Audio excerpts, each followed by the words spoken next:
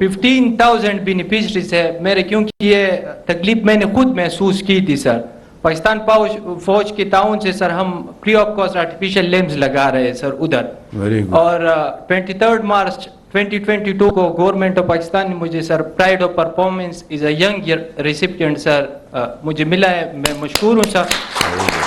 سر میرے سر جس طرح میڈم مریم نواز شریف نے جو سٹیپس لیے ہیں پرسنز ود ڈسیبلٹیز کے لیے, سر پاٹا میں بہت زیادہ میرے طرح ہزاروں نوجوان ہیں جو دہشت گردی کا شکار ہو گئے, جس کے ٹانگے نے, جس کے ہاتھ نے. ایک اسٹیٹ آف دی آرٹ سر اگر آپ اناؤنس کریں اس کو, ایک ڈسیبلٹی کمپلیکس اسپیسیفک وار وکٹمس کے لیے بنائے. بڑی خوشی ہوئی سر آپ سے مل کے, مشکور ہوں سر. تھینک یو سو مچ. ڈیرا میرا بانی. ابھی آپ نے جو بات کی مجھے بس میں تو سمجھتا ہوں کہ شاید آپ کو اللہ تعالیٰ نے یہ موقع دیا, آپ ڈسیبلٹی کا شکار ہو گئے تھے, آج الحمدللہ تھرو ٹیکنیکل انسٹرومنٹس اب آپ اس قابل ہیں کہ آپ معاشرے میں ایک اپنا فعال کردار ادا کر سکتے ہیں. الحمدللہ بہت اچھی بات ہے. اس میں میں نے آپ کو یہ بتانا ہے کہ ابھی چند دن پہلے ہم نے پرائم منسٹر ہیلتھ پروگرام کا آغاز کیا ہے. پرائم منسٹر ہیلتھ کارڈ, یہ میاں محمد نواز شریف میرے بڑے بھائی, انہوں نے 2016 میں اس کا آغاز کیا تھا. اس کو ہم نے دوبارہ اب ریوائیو کیا ہے اور 40 ارب روپے کے ساتھ یہ فری علاج مہیا کرے گا اسلام آباد اور اس کے قرب و جوار باسیوں کو, آزاد کشمیر اور گلگت بلتستان کے بھائیوں اور بہنوں کو فری ہر قسم کا, چاہے وہ خدا نخواستہ کینسر کا مریض ہے یا ان کو کوئی اور جگر کی بیماری ہے. یہ انشاءاللہ اس پروگرام کا ہم نے آغاز کر دیا ہے. لیکن چونکہ آپ ایک بہت ہی حوصلہ مند اور بڑے دلیر نوجوان ہیں, تو آپ نے جو ڈس ایبلڈ کمیونٹی کے لیے جو آپ نے ایک سینٹر کا آپ نے جو مطالبہ کیا ہے, میں اس کو فی الفور منظور کرتا ہوں اور انشاءاللہ وہاں پر لگائیں گے جہاں پر یہ سب سے زیادہ فیزبل ہوگا. Thank you very much. آپ سے مل کے بہت خوشی ہوئی. اللہ تعالیٰ آپ کو خوش و خرم رکھے. ہم آپ کی خدمت میں حاضر ہیں انشاءاللہ.